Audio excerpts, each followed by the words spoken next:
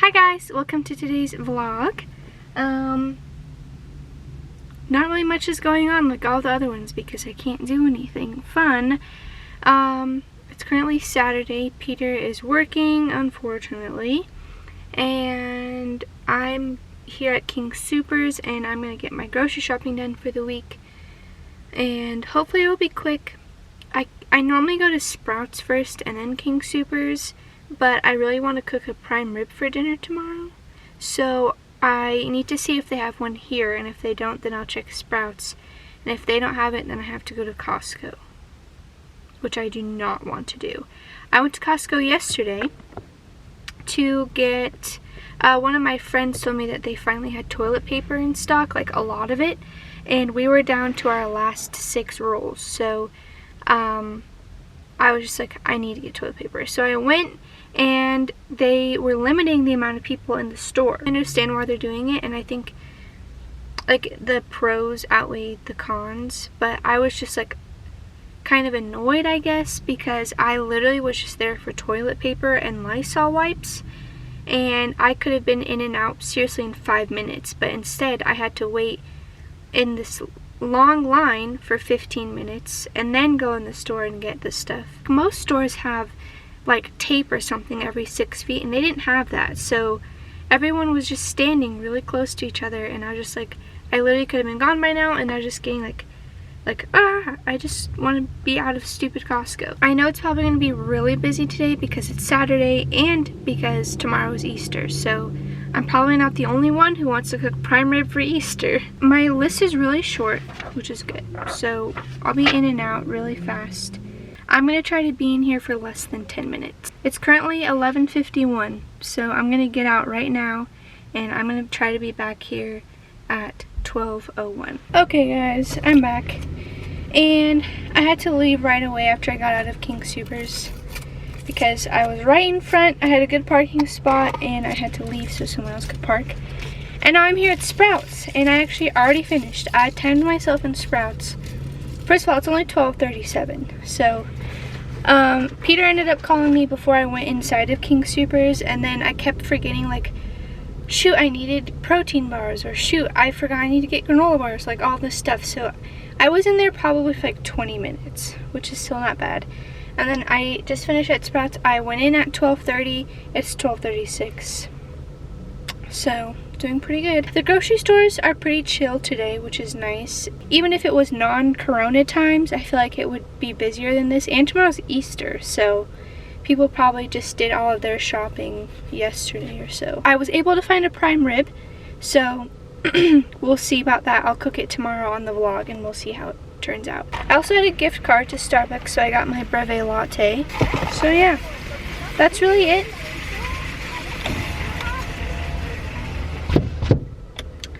That's it. I will see you guys at home. I'm trying to think if there was anything else that I wanted to mention to you guys. Let me know how it is where you guys live. Comment down below where you guys live and how things are going over there. I'm interested to see like where the world is at, you know. Apparently this week was supposed to be the worst week for coronavirus, and then it was supposed to go down, and we were supposed to, our stay-at-home order was supposed to be released April 26th, but Los Angeles, their stay-at-home order just got extended till May 14th or something like that. So I don't know, some places are doing better than others. I was thinking about it this morning when I was driving, like I feel like there's no end in sight. Like I feel like this is just gonna be the new normal from now on. Like how do they know when it's a good time to release a stay-at-home order? Like when there's 0 confirmed cases of coronavirus? But even then, how do you know that there's no more? Because people could be carrying the virus and show no symptoms, and they could give it to someone else, you know? So I just feel like, will it ever actually be 100% safe, you know? Anyways, I'm going to turn on my music and get home, and I will see you guys later on today if we go on a walk, or probably just tomorrow for the prime rib. I hope it turns out I've never cooked prime rib before. Never cooked a turkey. Never cooked a ham. I have cooked a roast before. The first time was so good, and every time after that, it's been awful. So we'll see. I don't know. Anyways, we'll see you guys in a little bit. Hi guys! It's later on in the day, and it might be too windy. You might not even be able to hear me. I figured I would just pull my phone out and record a little bit. We placed an order at this little pupuseria for dinner. We're trying to support the small businesses, and yeah, there's an hour and a half wait though, so we're just taking a walk. So we're in Old Colorado City right now. This place is literally dead. This place would be full with people, but there's no one, and we're literally just walking around to waste time. So once we get our food, we're gonna head back home and eat dinner. So we'll see you guys in just a few seconds. We just finished eating. I totally forgot to show you guys. I said I would, but I didn't. If you guys don't know what a pupusa is, it's basically like a tortilla stuffed with meat and cheese, or like, what was yours? Jalapeno and cheese? Good. I don't know. It's seriously, it's like the best. It was just so good. I've wanted pupusas for a really long time, but I always want them on a Monday night when they're closed. So finally, I was like, it's Sunday. I want pupusas. We're freaking getting pupusas, and we did. We did though get some gin. So I don't know if you guys have heard of a Tom Collins. It's like the most refreshing alcoholic drink that you could ever have, and I've been really wanting one, so we got that. So I'm gonna go and make myself a lavender Tom Collins, and it's gonna be great. So we'll see you guys at home here in a minute, and I have to start prepping the prime rib. So I'll try to remember to show that from start to finish, so if it turns out, then you guys can try it out too. So we'll see you at home. Okay, so this recipe I found for the prime rib, it was on Pinterest, so if I remember, I will link it down below. I always forget to link channels, links, products, whatever in the description. So if I forget, just comment and I will add it. So I got this rib roast. I got the boneless one. I don't know. There wasn't a whole lot of options.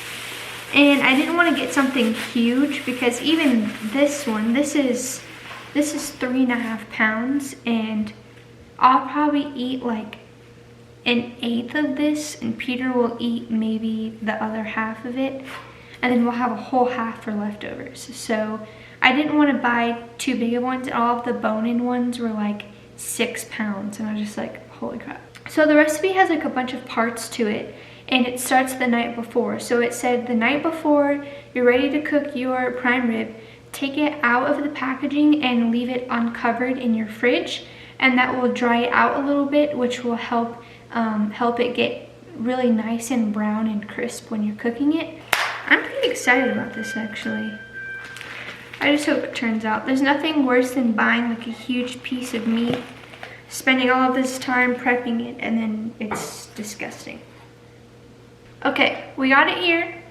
We're gonna put it in the fridge, just like this. Don't touch it.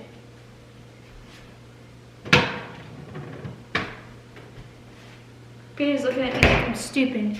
But then tomorrow, when he has the best freaking prime rib he's ever had in his life. The next thing we have to do is 3 hours before you start cooking, you're supposed to do something. Not exactly sure, but I'll show you guys the whole process. So now, next up on this vlog, Peter is going to teach us how to make a Tom Collins. You're going to need some gin. We've got the beefeater kind. You're going to need some kind of mineral water. You can also, we made ours with lime LaCroix before, and that was also really good.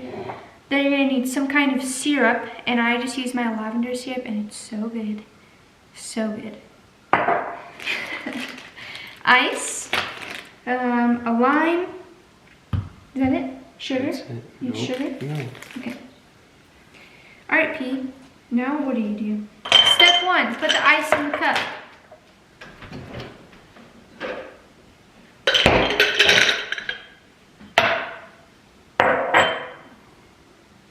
Step 2, open sparkling water and pour it in the cup.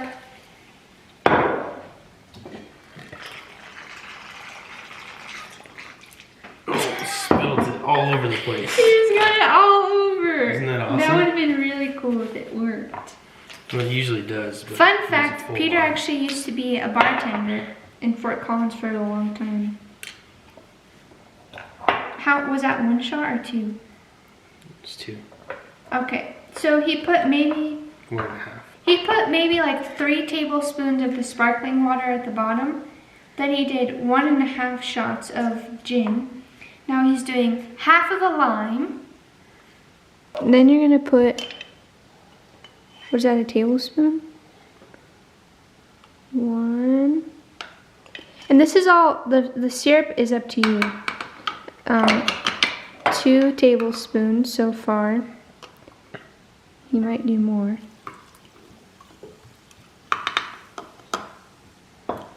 Top it off with the sparkling water. And that's it. It's mostly sparkling water, which is what makes it so refreshing. And then you add in the lavender. Oh guys, it's seriously so good. You might want to just use the blackberry.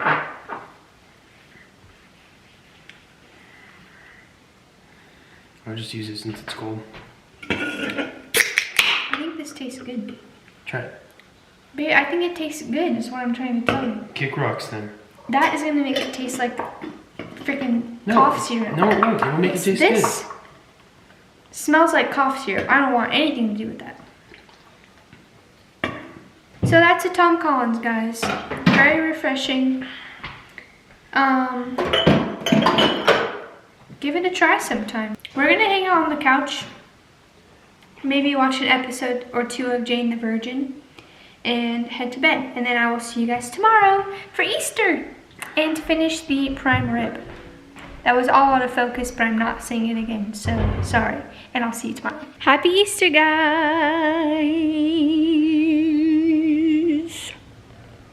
I hope you guys are having a really great Easter. Actually, you guys will be seeing this the day after Easter, so I hope you had a great Easter.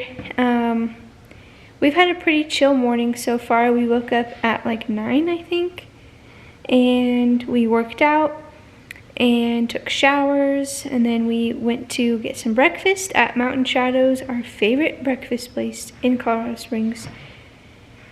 And then we came home and watched our live stream service, which I will try to remember to link down below for those of you who didn't get to watch an Easter service. I will link the one that we watched in the description box.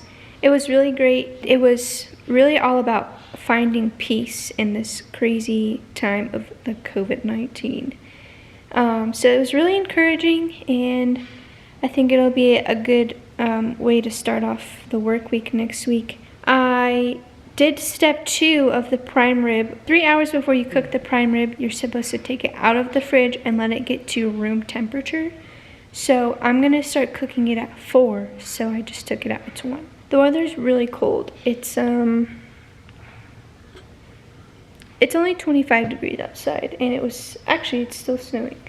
Let me show you guys. It's crazy how fast the weather changes here. Yesterday it literally was 66 degrees and beautiful, and now it's snowing. Nothing too crazy, it's just kind of like snow flurries, but it's freezing outside. Hi guys, okay, it's now almost 3 p.m. and we're gonna head over to see my parents for a little bit, like 30 minutes or so. Step 3 of the prime rib is to season it about 30 minutes before you're going to start cooking it, but we're about to leave, so I'm just gonna put it on now. And I'm actually gonna be doing more seasoning than what they have. They say to only use salt and pepper, and I'm like, it's kind of boring.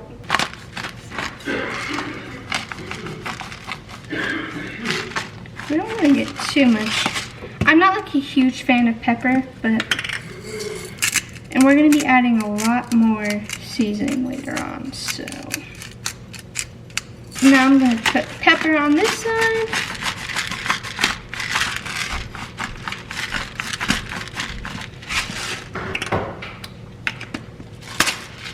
And some salt.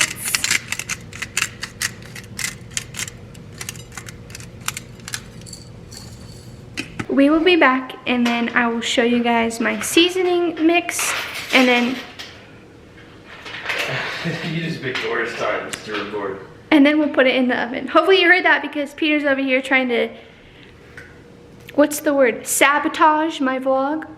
It's because you never put me in it, babe.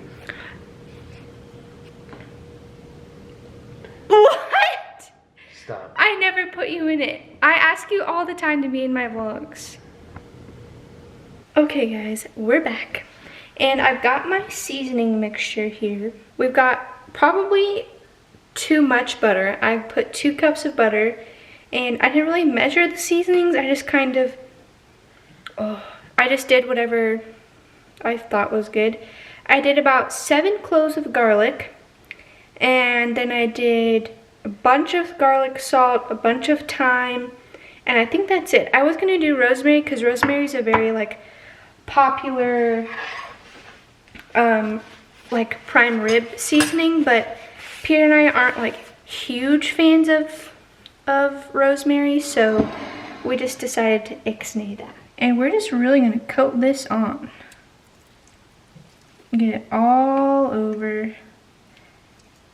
I probably will not use all of this butter because it is a lot, but. And I have the oven preheated to 500, which I don't think I mentioned before. Okay, it took me a really long time, but I finally freaking got this pan, and then it was like stuck in my freaking cabinet. I had to take apart the cabinet to get it out. Anyways, the recipe said to put it fat side up in one of these pans, so that's what I'm gonna do. I'm just gonna very messily plop this in here.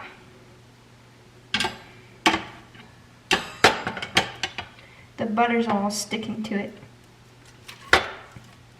Then we're literally gonna take this and we're just gonna douse it again.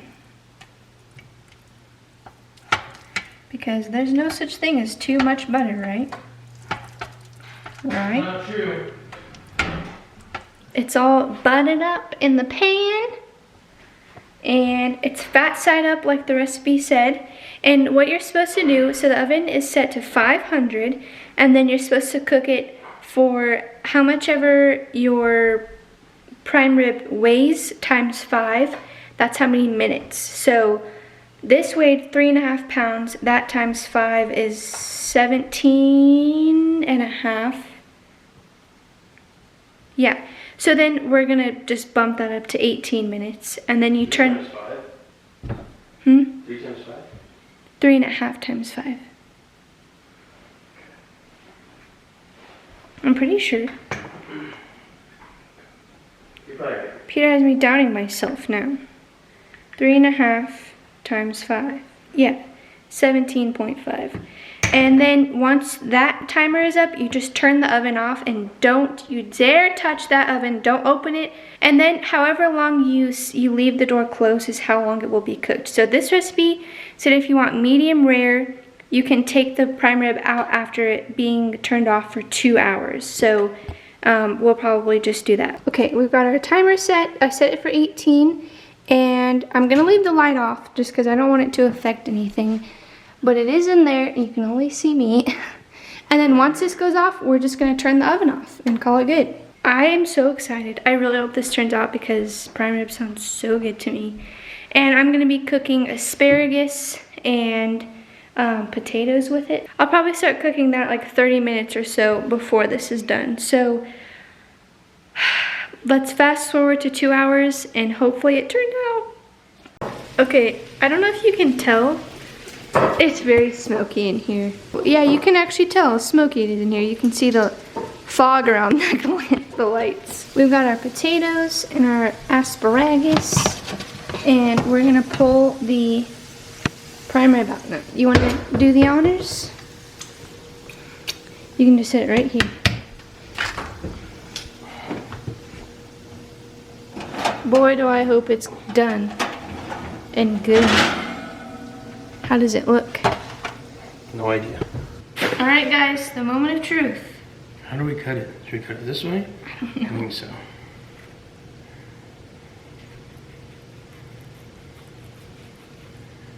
It's still kind of bleeding.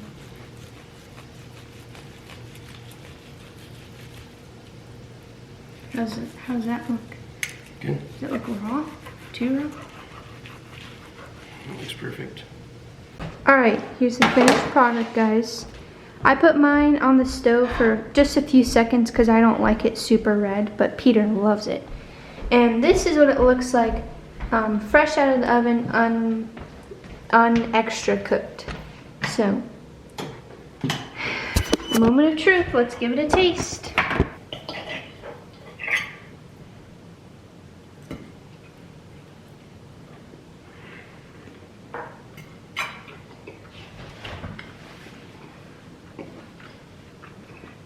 I think this was a success, and we're gonna go enjoy our dinner. So, thank you guys for watching this video. I hope you guys all had an amazing Easter, and I will see you guys when I see you.